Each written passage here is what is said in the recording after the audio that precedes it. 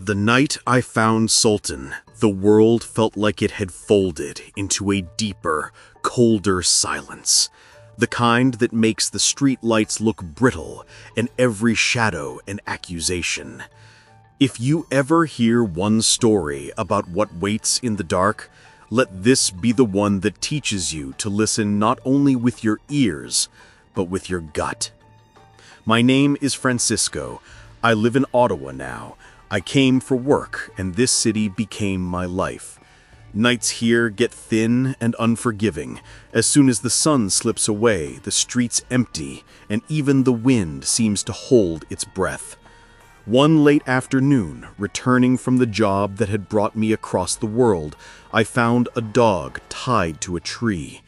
He was strikingly beautiful, a full-blooded Siberian husky, but he trembled and flinched as if someone had taught him to expect cruelty.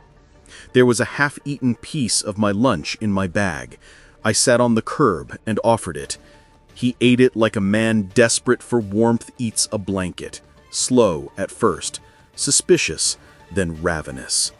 I stayed with him until he relaxed enough for me to reach his collar. Something about his eyes, weary, grateful, made me decide in a second I didn't plan to keep.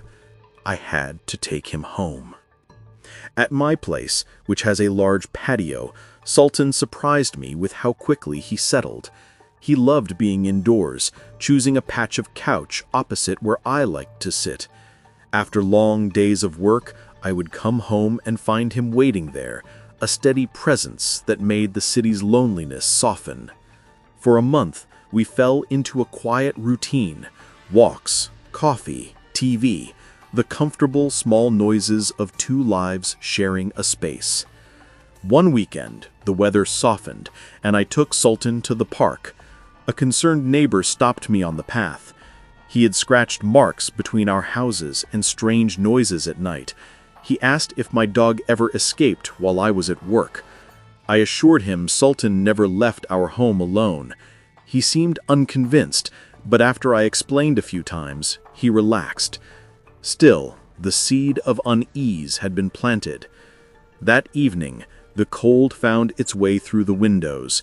I made coffee, while Sultan curled on the floor to warm against the rug. Then a loud crash turned my head. A garbage can had been flung into the air outside. Through the window, I saw a dog, identical to Sultan, scratching at the cans. My heart misfired. I knew the real Sultan was inside with me, yet here, in the dim streetlight, moved a creature that looked exactly like him. The doppelganger stopped, cocked its head, then walked away. I sat back down next to Sultan, telling myself it had to be a neighbor's dog. Then someone outside shouted my name. I opened the side window and froze. The animal at my door, the one on the porch now, looked like Sultan, but it spoke with a human cadence. It called me by name, demanded I open up. Sultan, the living dog beside me, tucked his tail and trembled.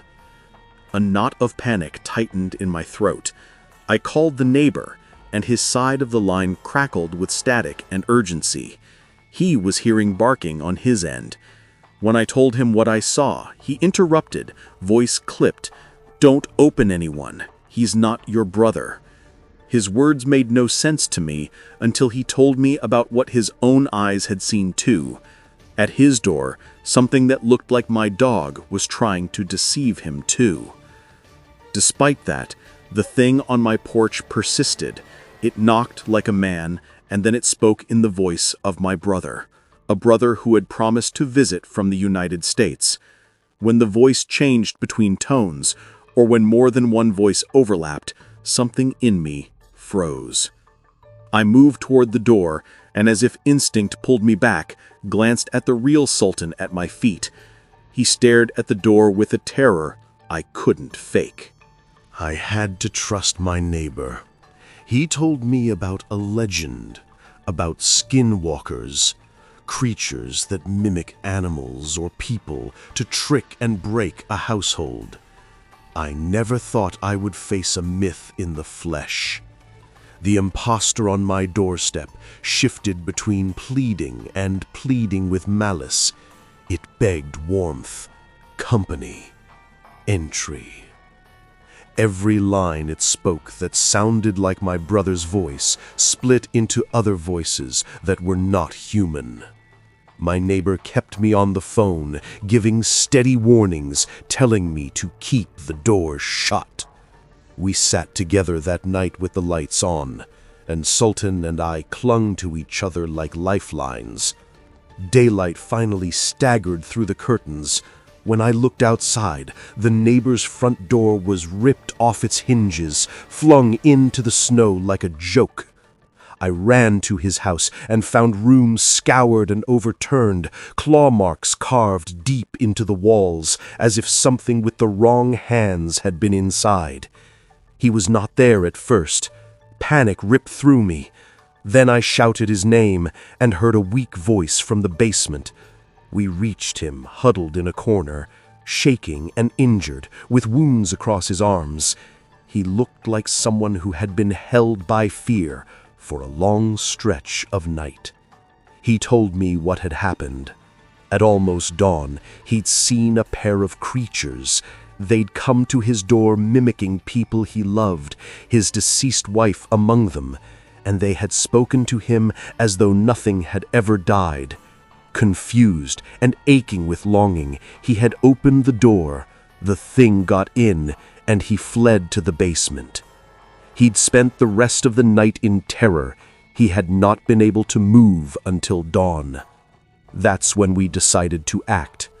He handed me an old revolver he kept for emergencies, and fueled by a mixture of righteous fear and a blunt animal drive to defend, we went out to search. Rain began, and then a drizzle, and the neighborhood became a blur of hushed shapes. Sultan's ears pricked, and he lunged towards some bushes. A rabbit burst out, quick, alive, ordinary, and Sultan chased it, vanishing for a moment. He came back exhilarated. We assumed the worst was over and went home. I sat on the couch, trying to make sense of myself.